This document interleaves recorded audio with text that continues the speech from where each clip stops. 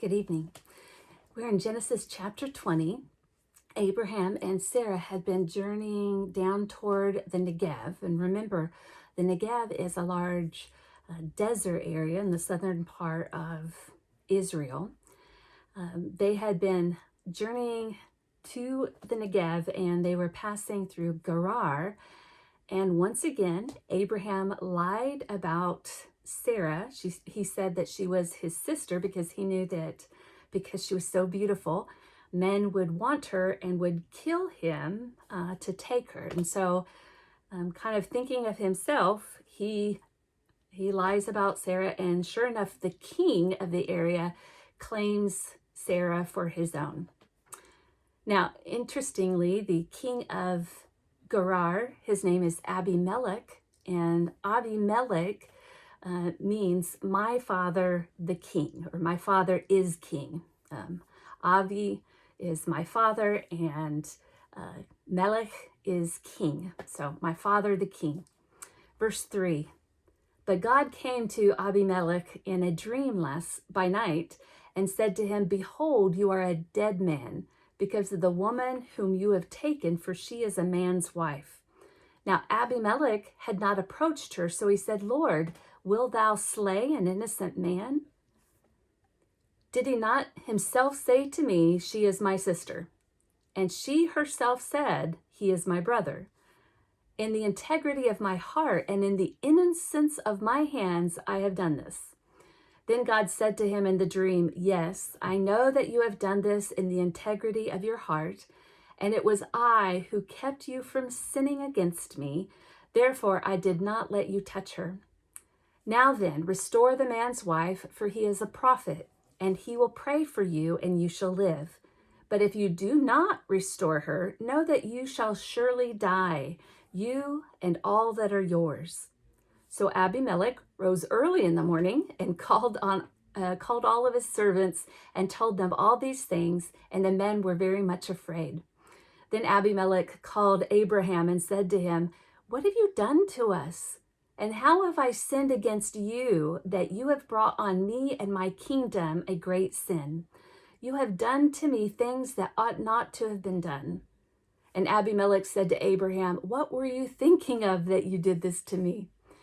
Abraham said, I did it because I thought there is no fear of God at all in this place, and they will kill me because of my wife. Besides, she is indeed my sister, the daughter of my father, but not the daughter of my mother, and she became my wife.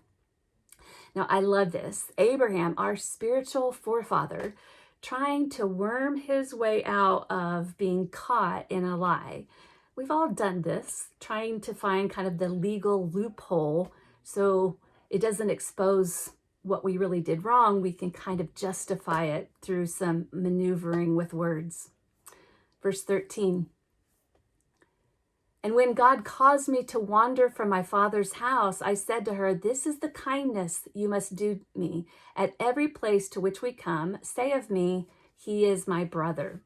Then Abimelech took sheep and oxen and male and female slaves and gave them to Abraham and restored Sarah his wife to him. And Abimelech said, behold, my land is before you. Dwell where it pleases you. To Sarah he said, behold, I have given your brother, I think he said that kind of tongue-in-cheek, behold, I have given your brother 1,000 pieces of silver. It is your vindication in the eyes of all who are with you, and before everyone you are righted. Then Abraham prayed to God, and God healed Abimelech, and also healed his wife and female slaves so that they bore children. For the Lord had closed all the wombs of the house of Abimelech because of Sarah, Abraham's wife. Now, remember back, who was it that protected the daughters of Lot from being thrown into the streets where they would have been brutally, savagely attacked? It was God who protected them, not their father. He was ready to throw them out. It was God who saved them. Who protected Sarah when her husband allowed her to be taken twice? It was God. Who was it that protected Abimelech from being wronged and shamed and sinning against God? It was God who intervened and protected him. Even when those who are supposed to love and protect you, even if they betray you in some way, God is always there for you. I hope you have a good evening, and I'll see you tomorrow.